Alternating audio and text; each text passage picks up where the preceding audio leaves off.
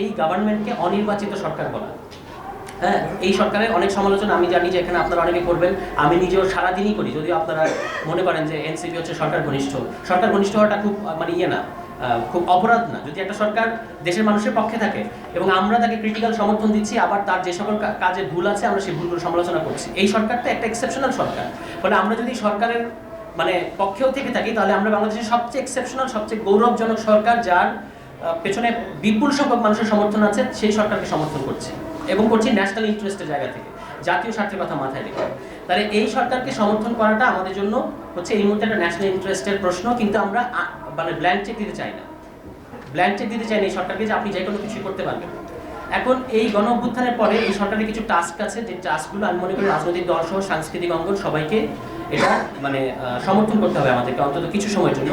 কিন্তু এই সরকারকে দয়া করে আপনারা অনির্বাচিত সরকার বলবেন না। কেন অনির্বাচিত? বাংলাদেশে অনির্বাচিত সরকার কথাটা খুব সুনির্দিষ্ট মানে আছে। জনসম্মতিহীন অবৈধ সরকারকে বলা হয় অনির্বাচিত সরকার, যেমন ১/১১ সরকার, যেমন আওয়ামী লীগ সরকার।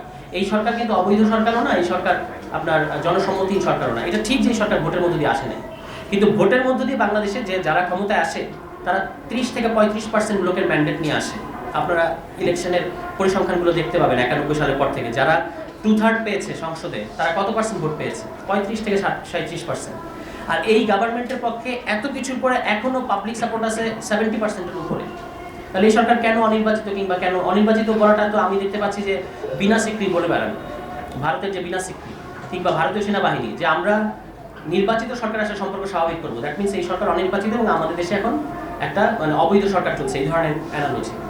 এই কথাগুলো থেকে আমি বারবার আহ্বান জানিয়েছি রাজনৈতিক দলগুলো যে আমরা আই আন্ডারস্ট্যান্ড যে আপনাদের নির্বাচন দেওয়ার চাপ থাকবে, নির্বাচনে যাওয়ার চাপ থাকবে, এগুলো কোনো অসুবিধা নেই, আপনার রাজনীতি আপনি করবেন।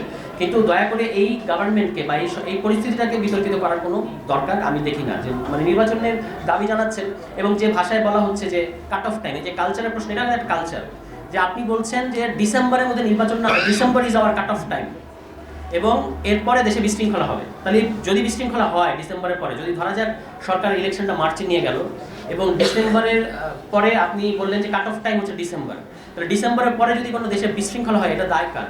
যারা এই কথাটা বলেছে তাদের, অফকোর্স তাদের দায় নিতে হবে যে বাংলাদেশে পলিটিক্যালি বিশৃঙ্খলা হবে।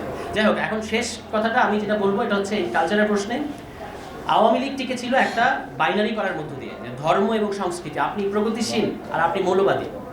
ধর্ম সংশ্লিষ্ট যে কোনো জিনিসকে আওয়ামী লীগ বারবার এটা দেখাতে চেয়েছে এবং তার এখানে ক্ষমতায় টিকে থাকার একমাত্র লজিক ছিল এটা যে আমাকে আমি ভোটের মধ্য দিয়ে ক্ষমতায় নাই, কিন্তু আপনারা আমাকে ক্ষমতায় টিকিয়ে রাখবেন এই ইন্ডিয়া এবং আমেরিকা, কারণ হচ্ছে আমি এখানে জঙ্গিবাদ মৌলবাদকে দমন করছি।